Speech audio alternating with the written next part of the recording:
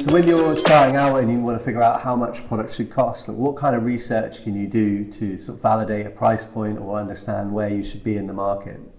Yeah, that's a really good question, Chris. And I think, doing some desk research is a great place to start. So looking at kind of some of the macro tools like Statista, getting some statistics on the industry in terms of, selling prices, trends, where the industry is going, that's vitally important. Also looking at things like Google Trends is a great way to see whether there's an increase in terms of search terms for your product or service, which is a really good indicator that it's a growing market. I also think just doing that customer discovery piece as well, actually doing that primary customer research and speaking to people is also fundamentally important as well there. So is there any way that founders can test their pricing, in the same way you might test your marketing messaging? Yeah, great question, Chris. There's a couple of ways that I'd recommend. Firstly, if you've built up a email newsletter list, obviously you've got a list of prospect customers or active customers there. So you can send promotions to them and obviously change the price and sort of do an A/B split test in terms of what proposition lands better with them. So that's a great way to do that. But also you can run ads. So you can run promotions to your target audience in terms of testing different price points. A great way of doing some research on pricing is actually looking at some of your competitors. So typing in your competitor on Facebook, going to something called page transparency, and then you'll scroll down to something called ad library, and that will show you every single ad that a competitor is running. So it tells you how long it's been running for. So if it's been running for a long time, obviously you know that it's been relatively successful, but also it gives you insights in terms of the call to action, the imagery, what copy does it use, and that might give you some really good ideas to actually run your own A/B testing on your own product. Have you got any tips for founders that are thinking, what's the lo-fi way of building something, maybe for people that don't have as much financial resource? I'd often say don't invest in developers in an early stage when you can actually build something that proves the concept early on. So as an example, the wonderful app called Ollie actually started as a WhatsApp group just to prove that there was demand in community sharing, giving away free food. And that's a great way to really validate the proposition early on without investing heavily in technical development.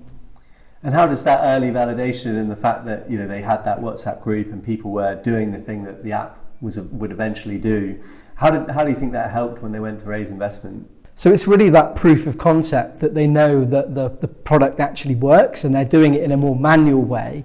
But obviously, given the investment in technology, they can simply scale that and make it more user-friendly, build out a wonderful customer journey. And actually, given that there's so much demand from that very simple WhatsApp group, that really proves that the business has actually got legs.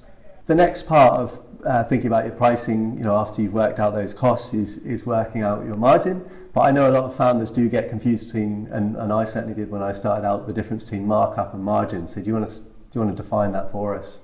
Yeah, and it is pretty confusing, right? So in very simple terms, markup takes into account the buying price, the price that you paid for the product, and margin takes into account the selling price.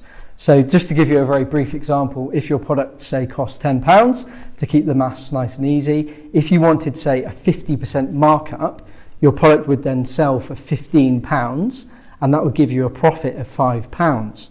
But the margin on that would be 33.33%. Great, and that £5 that I made, that's my gross margin, right?